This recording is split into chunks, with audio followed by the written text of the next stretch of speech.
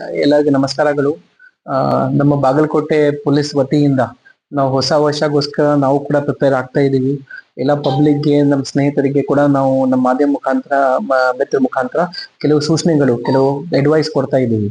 ನಮ್ಮ ಉದ್ದೇಶ ಒಂದೇ ಉದ್ದೇಶ, ಇಲ್ಲಿ ಎಲ್ಲ ಹೊಸ ವರ್ಷನ ಆಚರಣೆ ಎಲ್ಲ ಲೀಗಲಿ, ಲಾಫುಲಿ ಏನೇನ್ ಆಕ್ಟಿವಿಟಿ ಇದೆ ಆ ಪ್ರಕಾರ ಆಗ್ಬೇಕು. ಯಾವುದು ಅನಾಹುತಿ ಆಗ್ಬಾರದು, ಪಬ್ಲಿಕ್ ಯಾವ್ದು ತೊಂದರೆ ಆಗ್ಬಾರದು, ಯಾವ್ದು ಕ್ರೈಮ್, ಸಣ್ಣ ಪಟ್ಟಣ ಕ್ರೈಮ್ ಇರಲಿ, ಯೂಟೇಸಿಂಗ್ ಇರಲಿ, ನಾಯ್ಸ್ ಪೊಲ್ಯೂಷನ್ ಇರಲಿ, ಯಾವ್ದು ಗಲಾಟೆ ಈ ತರ ಆಗ್ಬಾರದು. ಅದಕ್ಕೆ ನಾವು ಕೆಲವು ಸೂಚನೆಗಳು ಮಾಧ್ಯಮ ಮುಖಾಂತರ ಕೂಡ ನಾವು ರಿಲೀಸ್ ಮಾಡ್ತಾ ಇದ್ದೀವಿ. ನಮ್ಮ ಪ್ರಿಪರೇಷನ್ ಬಗ್ಗೆ ಕೂಡ ನಾನು ಹೇಳ್ತಾ ಇದ್ದೀನಿ. ನಾವು ಎಲ್ಲಾ ಕಡೆ ಚೆಕ್ ಪೋಸ್ಟ್ ಇರೆಕ್ಟ್ ಮಾಡಿದ್ದೀವಿ.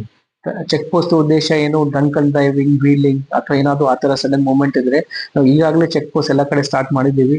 ನ್ಯೂ ಇಯರ್ ತನಕ ಕಂಟಿನ್ಯೂ ಮಾಡ್ತೀವಿ. ಇವತ್ತು ಡೇಟ್ ಇಂದ ಅಪ್ ಟು ನ್ಯೂ ಇಯರ್ ತನಕ ನಾವು ಕಂಟಿನ್ಯೂ ಮಾಡ್ತಾ ಇದ್ದೀವಿ.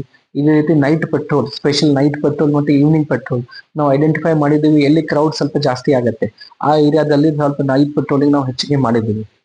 ಇದೇ ರೀತಿ ಎಲ್ಲ hotel owners, important city centres ಅಲ್ಲಿ, ಬಾದಾಮಿ ಇರ್ಲಿ, ಬಾಗಲಕೋಟೆ ಇರ್ಲಿ, ನಮ್ಮ ಜಮಖಂಡಿ ಇರ್ಲಿ, ಮಧೋಲ್ ಇರ್ಲಿ, ಎಲ್ಲಿ ಹೋಟೆಲ್ ಓನರ್ಸ್ ಇರ್ತಾರೆ ಅವರಿಗೆ ನಾವು ಈಗಾಗಲೇ ಕರ್ಸಿಬಿಟ್ಟು ಅವರಿಗೆ ನಾವು ಮೀಟಿಂಗ್ ಕೂಡ ಮಾಡಿದ್ದೀವಿ.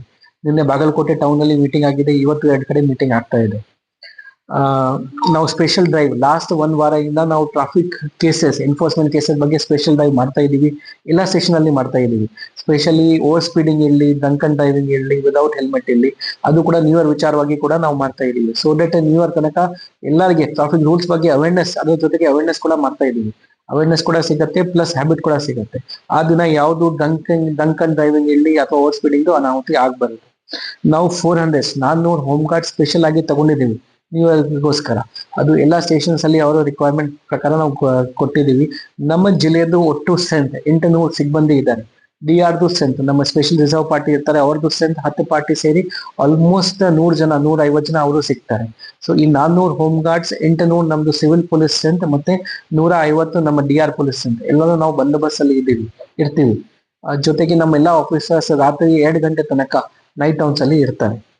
ಅದ್ರ ಜೊತೆಗೆ ನಾವು ಸ್ಪೆಷಲ್ KSRP ರಿಕ್ವೆಷನ್ ಕೂಡ ಮಾಡಿದೀವಿ. ಒಂದೊಂದು ಸಬ್ ಡಿವಿಷನ್ಗೆ ಒಂದೊಂದು KSRP ನಾವು ರಿಕ್ವೆಷನ್ ಕೊಟ್ಟಿದ್ದೀವಿ.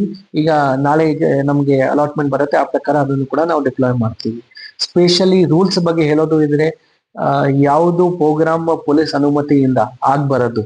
ಅದ್ರ ಜೊತೆಗೆ ಸುಪ್ರೀಂ ಕೋರ್ಟ್ ಕಾಯ್ದೆ ಪ್ರಕಾರ ಮತ್ತೆ ನಾಯ್ಸ್ ಪೊಲ್ಯೂಷನ್ ರೂಲ್ ಪ್ರಕಾರ 10 ಗಂಟೆ ನಂತರ ಯಾವುದು ಔಟ್ಡೋರ್ ಅಲ್ಲಿ DJ ಇರಲಿ, ಸ್ಪೀಕರ್ ಇರಲಿ, ಯಾವುದು ಯೂಸ್ ಮಾಡಕ್ಕೆ ಅವಕಾಶ ಇಲ್ಲ.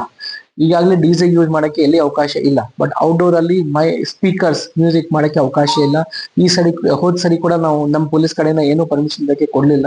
ಈ ಸರಿ ಕೂಡ ನಾವು ಯಾವ್ದು ಔಟ್ಡೋರ್ಗೆ ಪ್ರೋಗ್ರಾಮ್ಗೆ ಪರ್ಮಿಷನ್ ಕೊಡಲ್ಲ.